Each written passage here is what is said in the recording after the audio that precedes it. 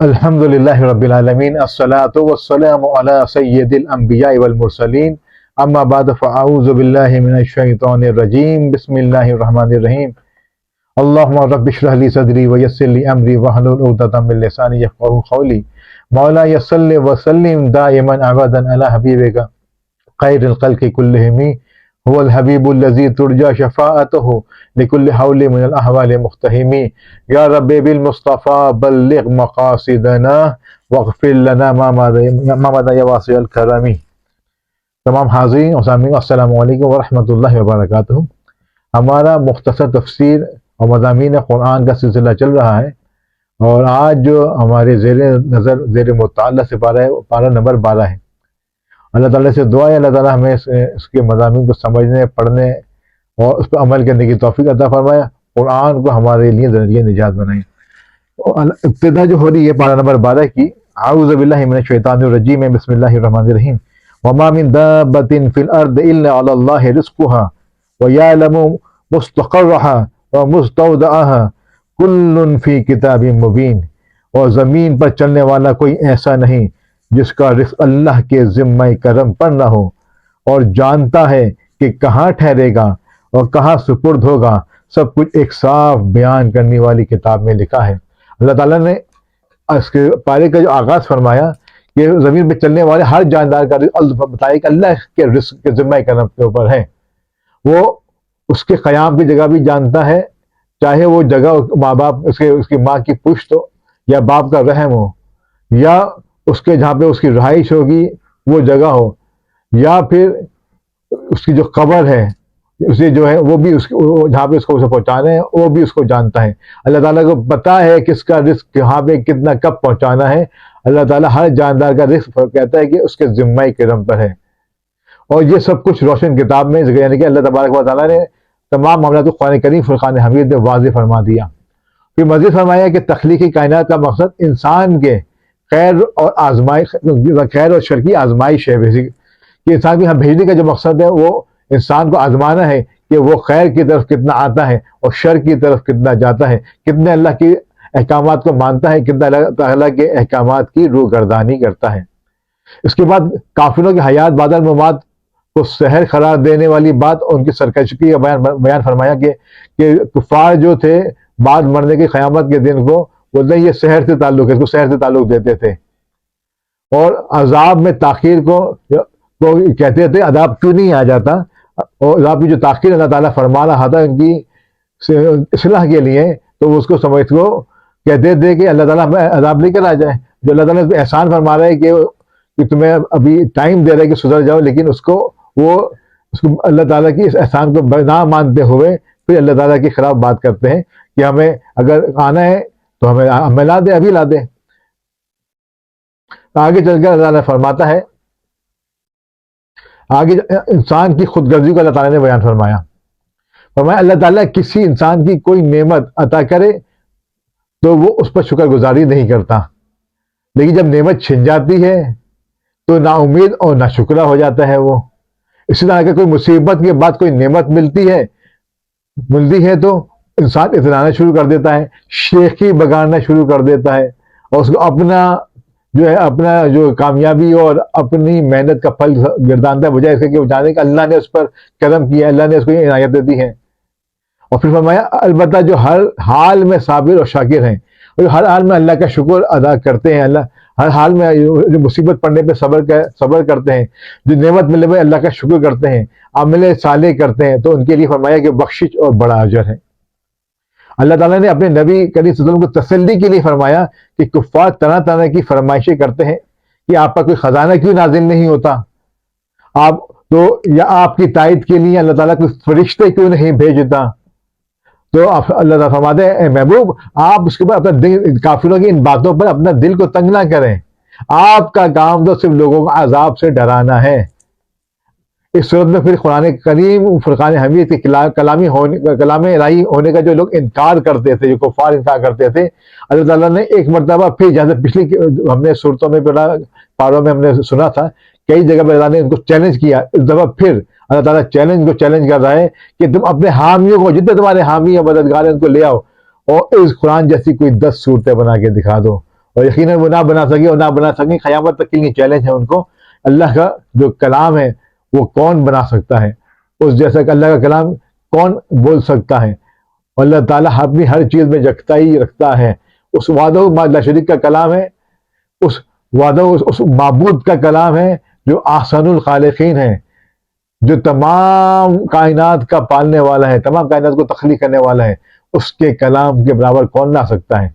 آیت نمبر 15 میں فرمایا دنیا اور اس کی زینت کے طلبگاروں کو ان کے اعمال کا اجر اسی دنیا میں مل جائے گا اور آخرت میں ان کا کوئی حصہ نہیں ہوگا، اور بلکہ اور اجر آخرت کے اعتبار سے جو ان کے اعمال جو ہیں وہ باطل ہیں۔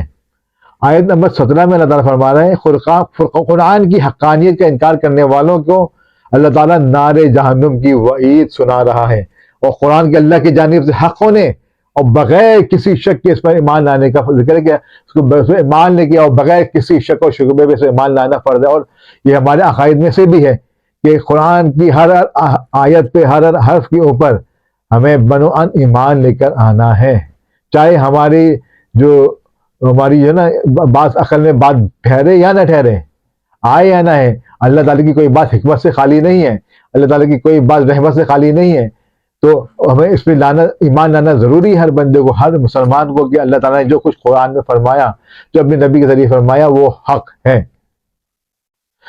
اس کے بعد اللہ تعالیٰ نے افطرا باندھے، جو اللہ تعالیٰ پہ افطرا باندھتے تھے کہ اللہ کے راستے سے اور اللہ کے راستے سے اور لوگوں کے نیک کاموں سے روکتے تھے، اور قیامت کے دن اللہ تعالیٰ کہتے ہیں قیامت کے دن ان پر گواہ پیش ہوں گے۔ یہ اپنے رب پر جھوٹ باندھتے تھے اور پر اللہ کی لعنت، اللہ تعالیٰ ان کی لعنت فرمائے گا، ان کے لیے دوہرے عذاب اور آخرت میں ان کی یقینی ناکامی کا ذکر اللہ تعالیٰ نے فرمایا ہے۔ آیت نمبر 23 میں بتایا کہ جو ایمان لائے اور جنہوں نے نیک کام کیے، اپنے رب کے حضور عاجزی کی، تو یہ لوگ ہمیشہ جنت میں رہیں گے۔ مزید فرمائے کہ مومن اور کافر کی مثال ایسی ہے جیسے اندھا اور بینا، یعنی اندھا اور آنکھ والا، اندھا کافر ہے اور بینا جو دیکھنے والا وہ نیک انسان ہے، وہ متقی آدمی ہے۔ فرمائے کہ اس کی مثال ایسی ہے جیسے بہرا اور سننے والا۔ بہرا ایسا کفار جب حق بتایا جاتا ہے تو ان کو اثر نہیں ہوتا، تو بتائیے بہرے ہیں، اور سننے والے جو حق کو تسلیم کرتے ہیں وہ حق کو سننے والوں کا اس کی مثال سے اللہ تعالیٰ نے اس آیت مبارکہ میں ہمیں تعلیم فرمائی۔ پھر آیت نمبر 25 سے 32 تک نوح علیہ السلام اور ان کے قوم کے حالات بیان ہوئے۔ نوح علیہ السلام جب اپنی قوم کو توحید کی دعوت دی اور انکار پر عذاب الہی سے ڈرایا، تو قوم کے سرداروں نے ان سے کہا آپ ہم جیسے بشر ہیں، ہم آپ کی پیروکاری کیوں کریں؟ آپ کے ساتھ تو پسماندہ اور کمزور لوگ ہیں، ہمارے خیال میں تو وہ معذلہ آپ جھوٹے ہیں، آپ سے زیادہ طاقتور تو ہم لوگ ہیں۔ تو نوح علیہ السلام نے جواب دیا کہ میں اپنے رب کی جانب سے واضح دلیل رکھتا ہوں اور اس نے مجھے رحمت سے نوازا ہے، لیکن تم میرے مقام کو سمجھنے کی صلاحیت نہیں رکھتے۔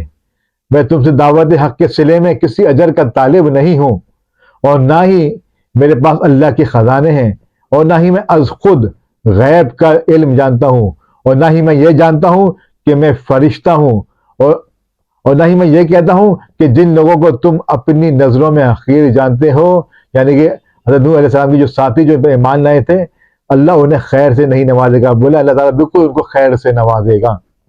تو نوح علیہ السلام نے اپنی قوم سے بہت بحثیں کی، بس جب عذاب سے آپ ہمیں ڈرا رہے ہیں، قوم نے کہا کہ جب آپ ہمیں عذاب سے ڈرا رہے ہیں تو عذاب کو لے آئیے۔ نوح علیہ السلام نے کہا کہ اللہ جب چاہے گا تم پر عذاب کو نازل فرما دے گا۔ آیت نمبر 37 سے 47 تک اللہ تعالیٰ نے نوح علیہ السلام کو حکم دیا کہ وہ کشتی تیار کریں اور ہماری بتائی ہوئی نگرانی اور ہماری بتائی ہوئی وحی کے مطابق اس کشتی کو تیار کیا جائے، اور ظالموں کے بارے میں ہم سے کوئی بات نہ کریں، وہ ضرور غرق ہو جائیں گے۔ اور وہ پھر کشتی بنانے لگے۔ جب قوم کے جو سردار تھے، جب نوح علیہ السلام کشتی بنا رہے تھے، اس کے پاس سے گزرتے تو وہ ان کا مذاق اڑاتے۔ نوح علیہ السلام نے کہا کہ وہ وقت آنے والا ہے کہ تمہارا مذاق اڑا دیا جائے گا اور تمہیں پتہ چل جائے گا کہ رسوائی کا عذاب کس کس پر آیا ہے۔ اللہ تعالیٰ نے فرمایا جب ہمارا حکم عذاب آ پہنچا اور تندور ابلنے لگا، تو ہم نے نوح علیہ السلام سے کہا آپ خود اپنے گھر والوں کے ساتھ اس کشتی میں سوار ہو جائیں، اور ہم نے اہل ایمان کو بھی، اپنے اہل ایمان جو اپنے ایمان رکھتے تھے ان کو بھی اس میں سوار کر لیں، اور ہر جاندار کے جوڑا یعنی نر اور مادہ کو اس میں بھی آپ سوار کر لیں۔ اور اللہ تعالیٰ فرماتا ہے کہ بے شک ان کے ساتھ جو ایمان لانے والے تھے وہ بہت کم لوگ تھے۔ اس کے جب وہ سوار ہو گئے تو اللہ تبارک و تعالیٰ کے حکم سے نوح علیہ السلام نے یہ دعا پڑھی، بسم اللہ مجریہا، بسم اللہ مجریہا و مرساہا ان ربی لغفور رحیم۔ اس کشتی کا چلنا اور ٹہرنا اللہ کے نام سے ہے، بے شک میرا رب ضرور بخشنے والا اور بے حد رحم فرمانے والا ہے۔ کشتی انہی پہاڑوں جیسی موجوں میں لیے جا رہی تھی کہ نوح علیہ السلام نے اب بالکل الگ کھڑے اپنے ایک بیٹے جس کا نام کنعان تھا، جو کہ نافرمان تھا، انہوں نے کہا کہ اے میرے بیٹے تو اس میں آ جا، نہیں تو تباہ و برباد ہو جائے گا، تجھے تو پانی سے بچ نہیں سکے گا۔ تو فرمایا کہ نوح علیہ السلام نے کہا آج اللہ کے حکم کے سوا کوئی بچانے والا نہیں ہے سوائے اس کے جس پر اللہ رحم فرمائے۔ پھر ان دونوں کے درمیان یعنی کہ بیٹے اور نوح علیہ السلام کے درمیان ایک موج حائل ہو گئی، اور اس کو بیٹا اس موج میں ڈوب گیا۔ اللہ کی سے یہ بھی پتہ چلا کہ نوح علیہ السلام کا جو بیٹا تھا وہ نافرمان تھا، حالانکہ ان کی آل میں سے تھا، نسبت اس کو رسول سے تھی، لیکن وہ بھی غرق ہو گیا۔ جو پتہ یہ چلا صرف نسبتیں اگر عمل کے ساتھ نہ ہو، صحیح عقیدے کے ساتھ نہ ہو تو وہ کام نہیں آئیں گی۔ نسبتیں چاہے وہ پیر کی نسبت ہو، کہ سید کی نسبت دوسرے کے ساتھ ہو، نسبتیں جبھی کام آئیں گی جب بعمل شخص ہوگا، اللہ سے ڈرنے والا ہوگا، ایمان کامل رکھنے والا ہوگا۔ اگر ایمان رکھنے والا نہیں ہے، بے ایمان شخص ہے اور اللہ سے ڈرنے والا نہیں ہے، تو اس کی کوئی نسبت، کسی طرح کی نسبت اس کو وہ فائدہ نہیں دے سکتی۔ جیسے کہ آج کل ہم دیکھتے ہیں جگہ جگہ کہ بے عمل قسم کے لوگ گدیوں پہ بیٹھے ہوئے ہیں اور وہ دعویٰ کرتے ہیں ہماری نسبت اس سے ہے، ہماری نسبت اس سے ہے، اور دنیاوی برائیوں میں وہ ڈوبے ہوئے ہیں۔ تو ایسے لوگوں کو سوچنا چاہیے کہ اب نوح علیہ السلام کے بیٹے کو ان کے نوح کے نبی کے بیٹا ہونے کی نسبت کام نہ آئی، نہ فرمان ہونے کی وجہ سے، تو عام انسانوں کو نسبت کیسے کام آ سکتی ہے۔ اور فرمایا کہ اس سے اے زمین اپنا پانی نگل لے، اے آسمان تھم جا، اور وہ پانی خشک ہو گیا، اللہ کا فیصلہ نافذ ہو گیا، اور جو نوح علیہ السلام کی کشتی تھی وہ کوہ جودی پر ٹھہر گئی۔ نوح علیہ السلام نے اللہ سے التجا کی، اے میرے پروردگار، میرا بیٹا میرے اہل سے ہے اور تیرا وعدہ سچا ہے کہ میرے اہل کو بچا لیا جائے گا۔ اللہ نے فرمایا اے نوح، وہ آپ کے اہل میں سے نہیں ہے، اس کے اعمال ٹھیک نہیں، جس بات کی حقیقت آپ کو معلوم نہ ہو اس کے بارے میں سوال نہ کریں۔ نوح علیہ السلام نے اللہ تعالیٰ سے اپنی اجتہادی خطا پر مغفرت اور رحم کی دعا کی۔ پھر طوفان نوح تھم جانے کے بعد وہ سلامتی کے ساتھ پہاڑ سے اتر گئے۔ آیت نمبر 50 میں قوم عاد کا ذکر اللہ تعالیٰ نے فرمایا ہے۔ اللہ تعالیٰ نے فرمایا کہ توحید کی دعوت دینے کے لیے حضرت ہود علیہ السلام کو قوم عاد پر اللہ تعالیٰ نے بھیجا۔ قوم عاد نے کہا حضور علیہ السلام نے قوم عاد سے کہا میں تم سے کسی چیز کا اجر طلبگار نہیں ہوں، اور میرا اجر جو ہے سب اللہ کے اوپر ہے، بس تم اپنے رب سے بخشش مانگو اور پھر اس کی بارگاہ میں توبہ کرو جو تم نے کفر کیا ہے، اور اللہ تم پر موسلادھار بارش بھیجے گا اور تمہاری قوت میں اضافہ فرما دے گا۔ قوم عاد نے دعوت حق کو بالکل رد کر دیا اور ایمان نہ لے کر آئے، بلکہ وہ ہود علیہ السلام پر انہوں نے طنز کیا کہ ہمارے بعض معبودوں نے تم کو معاذ اللہ ثم معاذ اللہ مجنون بنا دیا ہے۔ ہود علیہ السلام نے کہا میں اللہ کو گواہ بناتا ہوں اور تم بھی گواہ ہو جاؤ کہ میں تمہارے شرک سے بری ہوں، میں اللہ پر توکل کرتا ہوں، میں نے حق رسالت ادا کر دیا ہے۔ آیت نمبر 58 میں اللہ تعالیٰ فرماتا ہے جب ہمارے عذاب کا وقت آ گیا تو ہم نے اپنی رحمت سے ہود اور ان کے ساتھیوں کو، مومنوں کو نجات عطا فرما دی، اور قوم عاد نے اللہ کی نشانیوں اور رسولوں کو جھٹلایا اور دنیا اور آخرت میں لعنت کے حقدار بن گئے۔ یہ سب قصے جو سورت میں بیان کیے ہیں اللہ تعالیٰ نے سب مسلمانوں کی نصیحت کے لیے ہیں کہ جو وہ چیزیں جو اللہ تعالیٰ بیان فرما رہے ہیں کس وجہ سے اللہ تبارک و تعالیٰ نے ان پہ عذابات دیے، قومیں تباہ ہو گئیں. اور دیکھا جائے تو ہماری قوم کے اندر بھی وہ اس قسم کی جو بیماریاں ہیں گناہوں کی، نافرمانیوں کی، وہ بھی کود کر آ چکی ہیں. لیکن اللہ کے رب کی رحمت ہے کہ اب نبی مکرم صلی اللہ علیہ وسلم کی ہونے کی وجہ سے، اس قوم کی امت ہونے کی وجہ سے اللہ تعالیٰ کوئی اجتماعی عذاب سے اللہ نے مسلط نہ فرمایا. لیکن جو چھوٹے چھوٹے عذابات مختلف شکلوں میں آتے رہتے ہیں، وہ ان چیزوں کا مظہر ہے کہ اللہ کہ ہمارے ان اعمال کے کہ ہم سدھر جائیں اور اس طرف راغب ہو جائیں جو اللہ تبارک و تعالیٰ کا فرمان ہے، جس کے لیے ہماری نبی کریم صلی اللہ علیہ وسلم نے ہمیں ہدایت فرمائی، قرآن نے ہمیں ہدایت فرمائی، جس طرف ہمیں جانے کا حکم دیا گیا. آیت نمبر 61 میں حضرت صالح علیہ السلام اور ان کی قوم سود کی حالات کو اللہ تعالیٰ نے بیان فرمایا.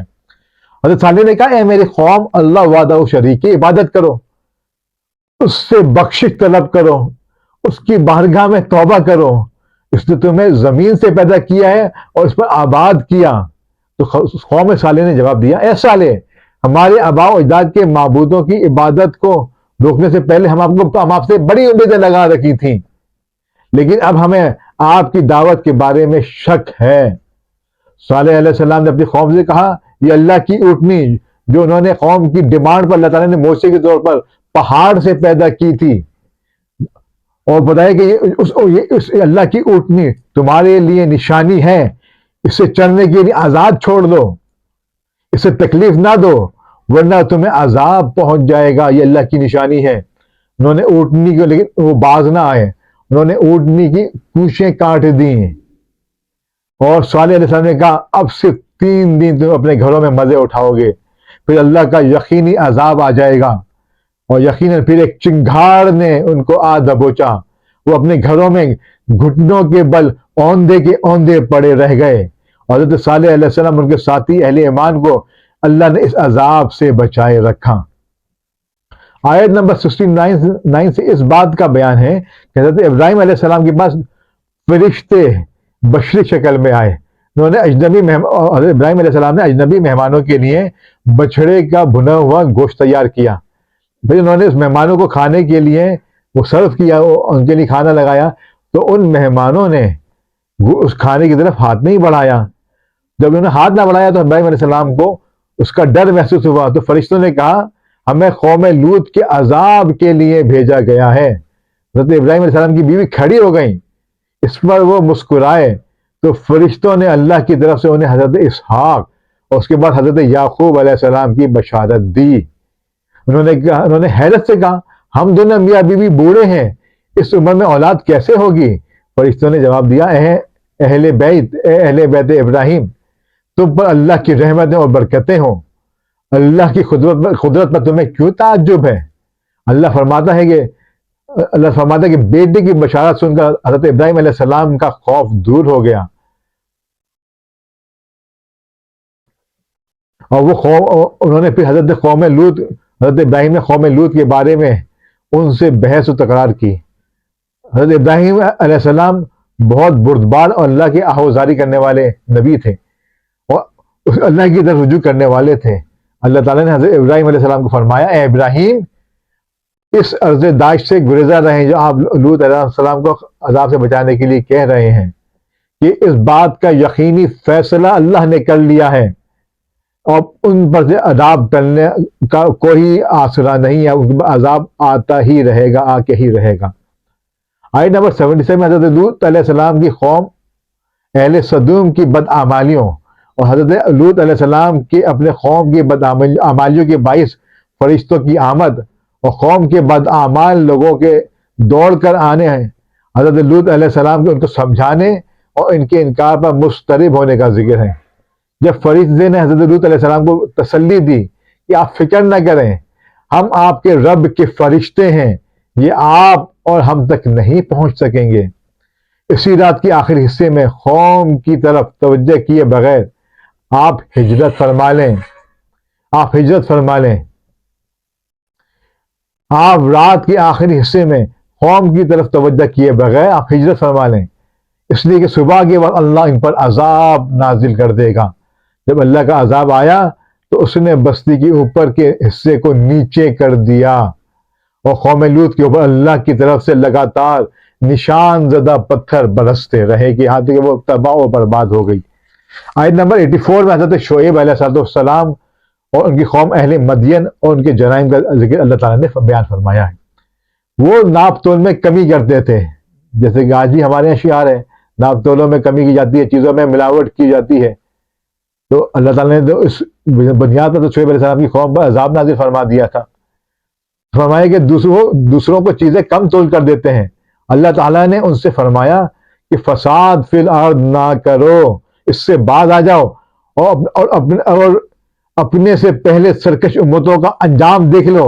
جب انہوں نے اللہ کی نافرمانی کی ہے تو اللہ نے کیسے کیسے عذابات سے اس کو نوازا ہے، کیسے کیسے عذابات میں ان کو مبتلا کر کے ان کو تباہ و برباد کیا. ان سے سبق لو. لیکن جب اہل مدینہ نے حضرت شعیب علیہ السلام کی نصیحتوں کا اثر نہ لیا تو اللہ تعالیٰ نے انہیں بھی عذاب دے کر ہلاک فرما دیا.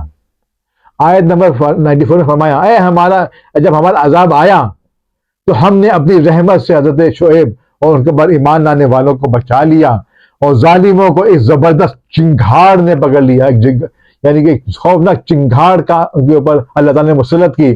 اس چنگھاڑ سے وہ لوگ ہلاک اور تباہ و برباد ہو گئے. فرمایا چنگھاڑ نے اس کو پکڑ لیا تو صبح کو وہ اپنے گھروں میں اوندھے منہ پڑے تھے، گویا کہ وہ کبھی آباد ہی نہیں ہوئے تھے. یہاں آیت نمبر 96 میں حضرت موسیٰ علیہ السلام کو عطا کیے جانے والے معجزات کا ذکر اللہ تعالیٰ نے فرمایا. پھر فرعون اس کے پیروکاروں کی باطل روش کے باعث ان کی ہلاکت کا ذکر اللہ تعالیٰ نے فرمایا، اور فرمایا کہ اور دنیا و آخرت دونوں میں انہیں ملعون قرار دیا. یعنی کہ جو فرعون اور اس کے جو پیروکار تھے دنیا آخرت میں وہ ملعون قرار دے دیا. جن بستیوں کو اللہ تعالیٰ نے ہلاک کیا ان میں سے بعض کے آثار آج بھی موجود ہیں، بعض کے آثار معدوم ہو چکے ہیں. ان میں سے ہر بستی والے اپنے ظلم کے باعث ہی ہلاک کیے گئے. اللہ تعالیٰ کسی پر ظلم نہیں کرتا. اللہ جو لوگ خود ہی اپنی بدعمالیوں کے سبب اپنے اوپر ظلم کی دعوت دیتے ہیں، خود ظلم کرتے ہیں وہ. اور جو شخص عذاب آخرت سے ڈرتا ہے اس کے لیے اللہ نے یہ جو واقعات ہیں اس میں نشان عبرت رکھا ہے کہ اس سے عبرت حاصل کریں اور اللہ سے ڈرتے رہیں، اللہ کی نافرمانی سے بچیں اور اللہ کے فرما بردار اور متقی بندے بن کر رہیں. آیت نمبر 106 سے اللہ تعالیٰ نے اپنے انجام کا اعتبار سے لوگوں کی دو قسمیں بیان کی. نمبر ایک سعادت مند اور دوسرے بدبخت. فرمایا بدبخت جو کا ٹھکانہ جہنم ہے جس میں وہ ہمیشہ ہمیشہ رہیں گے، اور نیک بختوں کا ٹھکانہ جنت ہے، وہ ہمیشہ اسی میں رہیں گے، اور ان کے لیے اللہ کی طرف سے نا ختم ہونے والی برکتیں اور عطائیں اور نعمتیں ہیں. آیت نمبر 110 میں حضور علیہ السلام کو تسلی دی گئی کہ جس طرح یہ لوگ قرآن کے بارے میں اختلاف کرتے ہیں، اس طرح وہ قوم موسیٰ نے تورات کے بارے میں بھی اختلاف کیا تھا، وہ اور اللہ ان کے اعمال کا پورا پورا بدلہ دے گا. آیت نمبر 112 سے سرکشی کو چھوڑ کر احکامات دین پر استقامت اختیار کرنے اور ظالموں کے ساتھ میل جول رکھنے سے بچنے کا حکم دیا گیا. یہ پچھلے بھی ہم آیتوں میں سنتے رہے. اللہ تعالیٰ نے ظالم یعنی کفار اور مشرکین کے ساتھ دلی میل جول سے منع فرمایا کہ ان سے بچیں، دلی میل جول نہ رکھیں، کہ وہ مسلمانوں کے خیر خواہ نہیں ہیں. وہ چاہتے ہیں مسلمان تباہ برباد ہوں، وہ مسلمانوں کی تباہ بربادی سے خوش ہوتے ہیں، تو ان کے ساتھ میل جول نہ رکھیں. اسے اللہ نے پھر فرمایا کہ ان کے ساتھ کوئی میل جول نہ رکھا جائے. آیت نمبر 114 میں ان دونوں یعنی فرمایا کہ دن کے دونوں طرفوں میں اور ابتدائی رات کے کچھ حصے میں نماز قائم کرنے کا حکم فرمایا، اور یہ بتایا کہ بے شک نیکیاں گناہوں کو مٹا دیتی ہیں اور یہ نصیحت قبول کرنے والوں کے لیے نصیحت ہے. آیت نمبر 120 میں اللہ تعالیٰ نے فرمایا آپ صلی اللہ علیہ وسلم کو رسولوں کی تمام خبریں آپ کے دل کی تسکین اور تقویت کے لیے بیان کی گئی ہیں، اور ان میں مومنین جو ہیں اللہ سے ڈرنے والے جو آپ کے پیروکار ہیں ان کے لیے نصیحت اور عبرت بھی موجود ہے. اللہ تعالیٰ کی طرف سے توحید اور رسالت اور وقوع قیامت کے دلائل بھی اللہ تعالیٰ اس میں موجود ہیں. آیت نمبر 123 میں فرمایا آسمانوں اور زمینوں کے سب غیب اللہ ہی کے ساتھ مختص ہیں، ہر کام اسی کی طرف لوٹایا جاتا ہے، آپ اسی کی عبادت کیجیے، اللہ پر ہی توکل کیجیے، اور آپ کا رب لوگوں کے اعمال سے غافل نہیں ہے. یہاں پہ اختتام ہو گیا سورت کا، اور سورہ یوسف کا بھی یہاں پہ آغاز ہو رہا ہے. سورہ یوسف جو ہے مکی صورت ہے اور ترتیب مصحف کے اعتبار سے 12ویں، جبکہ ترتیب نزول کے اعتبار سے 53ویں صورت ہے۔ جیسے کہ نام سے ظاہر ہے اس میں حضرت یوسف علیہ السلام کے قصے کا ذکر ہے، خاص تفصیلی میں ذکر آیا، اور بھی صورتوں میں اس کا ذکر تھوڑا اجمالی طور پہ آیا، لیکن یہاں پہ بڑا تفصیل سے اللہ تبارک و تعالیٰ نے اس صورت میں اس واقعے کا ذکر فرمایا ہے۔ اور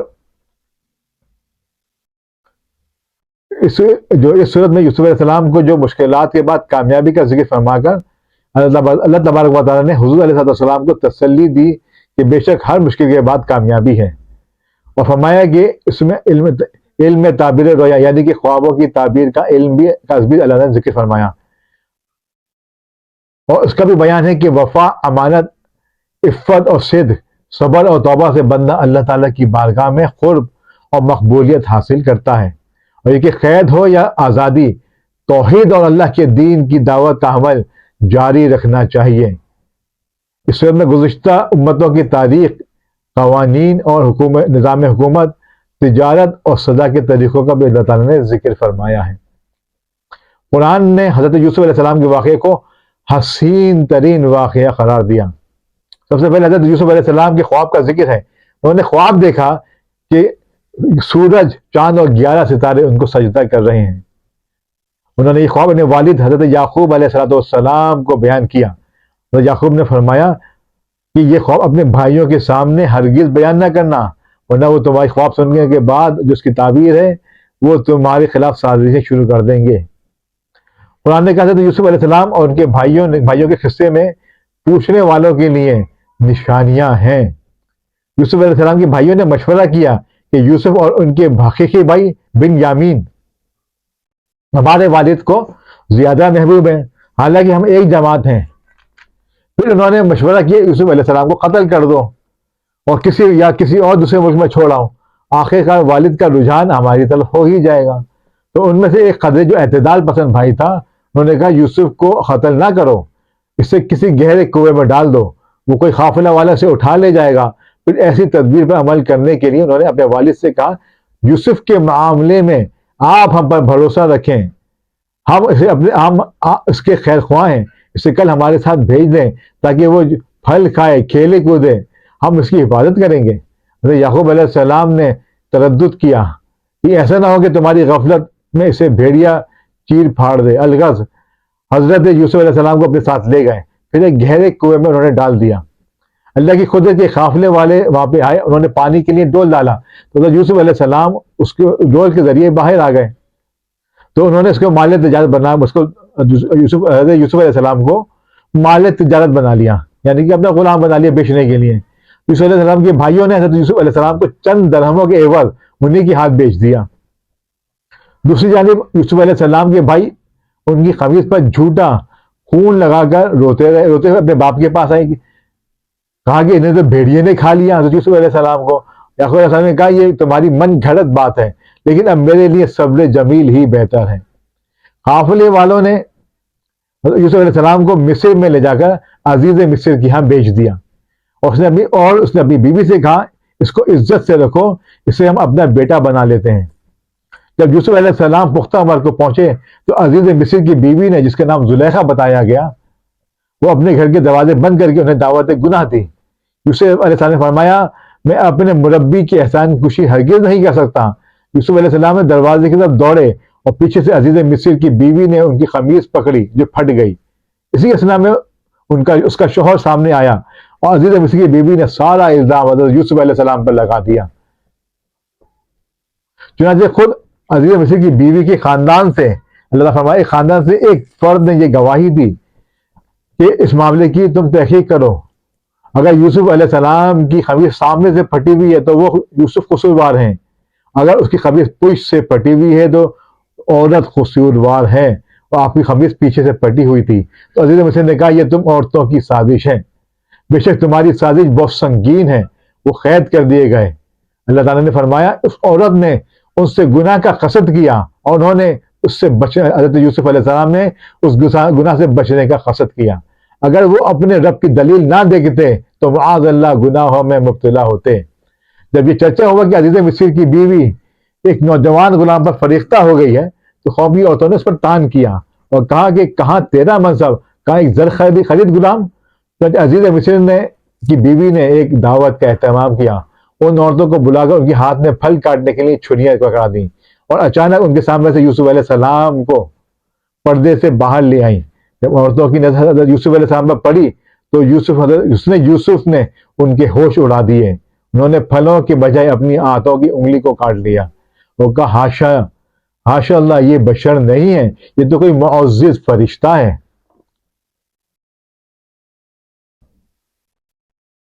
پھر عزیز مصر کی بیوی نے کہا یہی تو وہ پیکر جمال ہے جس کے بارے میں مجھے ملامت کرتی تھی۔ یوسف علیہ السلام نے کہا اے میرا پروردگار، گناہ میں مبتلا ہونے سے خیر کی مشقت بہتر ہے، اور تیرے ہی کرم سے مجھے ان عورتوں کی سازش سے نجات ملی۔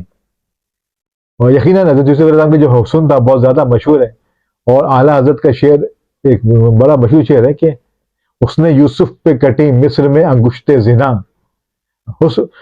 اس نے یوسف پہ کٹی مصر میں انگشت زنا، اور سر کٹاتے ہیں تیرے نام پر مردان عرب۔ دیکھیں بے شک یوسف علیہ السلام کا حسن تو بہت زیادہ تھا، اور اس میں عورتوں نے اپنی انگلیاں کاٹ لی تھی، لیکن فرمائیے حضور صلی اللہ علیہ وسلم کا جو حسن ہے نا، ان کی بات تو سب سے الگ ہے۔ وہاں پہ انگلیاں کٹتی تھی، وہ بھی عورتوں کی کٹ گئیں، یہاں پہ تو آپ کے غلام آپ کے لیے اپنی گردنیں اپنی اپنی خود پیش کرتے کہ ہماری آپ کے لیے اپنی گردنیں کاٹ دی جائیں۔ آپ کا حسن جمال، آپ کا رتبہ ایسا ہے۔ بہرحال پھر حضرت یوسف علیہ السلام کو قید میں ڈال دیا گیا، تو اللہ کا کرنا ایسا ہوا کہ ان کے دو قیدی ساتھیوں نے ان کے سامنے اپنا خواب بیان کیا۔ انہوں نے کہا میں نے خواب میں دیکھا ہے کہ میں انگور سے شراب کشید کر رہا ہوں، اور دوسرے نے کہا کہ میں نے دیکھا ہے کہ میرے سر کے اوپر روٹی رکھی ہے اور پرندے اس کو نوچ نوچ کر لے جا رہے ہیں۔ یوسف علیہ السلام کو اللہ تعالیٰ نے خوابوں کی تعبیر کا علم عطا فرمایا تھا۔ انہوں نے بالترتیب دونوں خوابوں کی تعبیر بتائی۔ ایک سے کہا تم دربار پہنچو گے اور اپنے آقا کو شراب پلاؤ گے، اور دوسرے کو بتایا تمہیں سولی دی جائے گی اور پرندے تمہارا گوشت نوچ کر کھائیں گے، اور بالکل آخر ایسا ہی ہوا۔ آپ نے دونوں کو دعوت توحید دی۔ پھر بادشاہ نے ایک خواب میں دیکھا کہ 7 تندرست گائیں 7 دبلی پتلی گایوں کو کھا رہی ہیں، اور فصل کے 7 خوشے سرسبز ہیں اور 7 خشک ہیں۔ جب بادشاہ نے اپنے درباریوں سے خواب کی تعبیر چاہی لیکن وہ نہ بتا سکے، پھر یوسف علیہ السلام کی جو قیدی ساتھی تھا جو دربار تک پہنچ چکا تھا، تو اس کے ذریعے سے جواب جو بادشاہ کا ساتھی بن چکا تھا، یوسف علیہ السلام کا اس بارے میں ذکر کیا کہ خوابوں کی تعبیر میں مہارت کا علم ہوا، تو چنانچہ آپ سے رجوع کیا گیا، یعنی کہ یوسف علیہ السلام سے رجوع کیا گیا۔ آپ نے تعبیر بتائی کہ 7 سال کے اوپر سرسبزی اور شادابی کے آئیں گے، پھر 7 سال تمہارے پاس خشک سالی کے اور قحط سالی کے آئیں گے۔ تو میں چاہیے کہ آبادی کے ساتھ جو خوشحالی اور آبادی کے 7 سال ہیں ان میں فاضل پیداوار کو خوش و مہی محفوظ رکھنا تاکہ خوش سالی میں تمہارے کام آئے۔ پھر بادشاہ نے یوسف علیہ السلام کو دربار میں طلب کیا۔ آپ نے فرمایا کہ جب تک مجھ پر لگنے والے الزام کی صفائی نہ ہو جائے گی میں جیل سے باہر نہیں آؤں گا۔ چنانچہ عزیز مصر نے ان خواتین کو بلایا جنہوں نے اپنے ہاتھ کاٹے تھے اور ان سے حقیقت حال دریافت کی تھی، تو سب نے حضرت یوسف علیہ السلام کی پاک دامنی کا اعتراف کیا۔ اس طرح آپ کی براءت ثابت ہوئی، اور عزیز مصر کی بیوی نے بھی اعتراف کر لیا کہ یوسف علیہ السلام پاک دامن ہیں اور میں نے ہی ان کو دعوت گناہ دی تھی۔ یہاں پہ پارہ نمبر 12 کا اختتام ہو گیا۔ انشاءاللہ العزیز کل پارہ نمبر 13 کی ہم خلاصہ اور اس کے میں آنے والے مضامین کا ہم کے بارے میں مطالعہ کریں گے، کچھ سنیں گے۔ اللہ تعالیٰ ہمیں قرآن سننے والا بنائے، پڑھنے والا بنائے، عمل کرنے والا بنائے، قرآن سے محبت عطا فرمائے، اور قرآن کو ہمارے لیے توشہ آخرت بنائے۔ وما علینا الا البلاغ المبین۔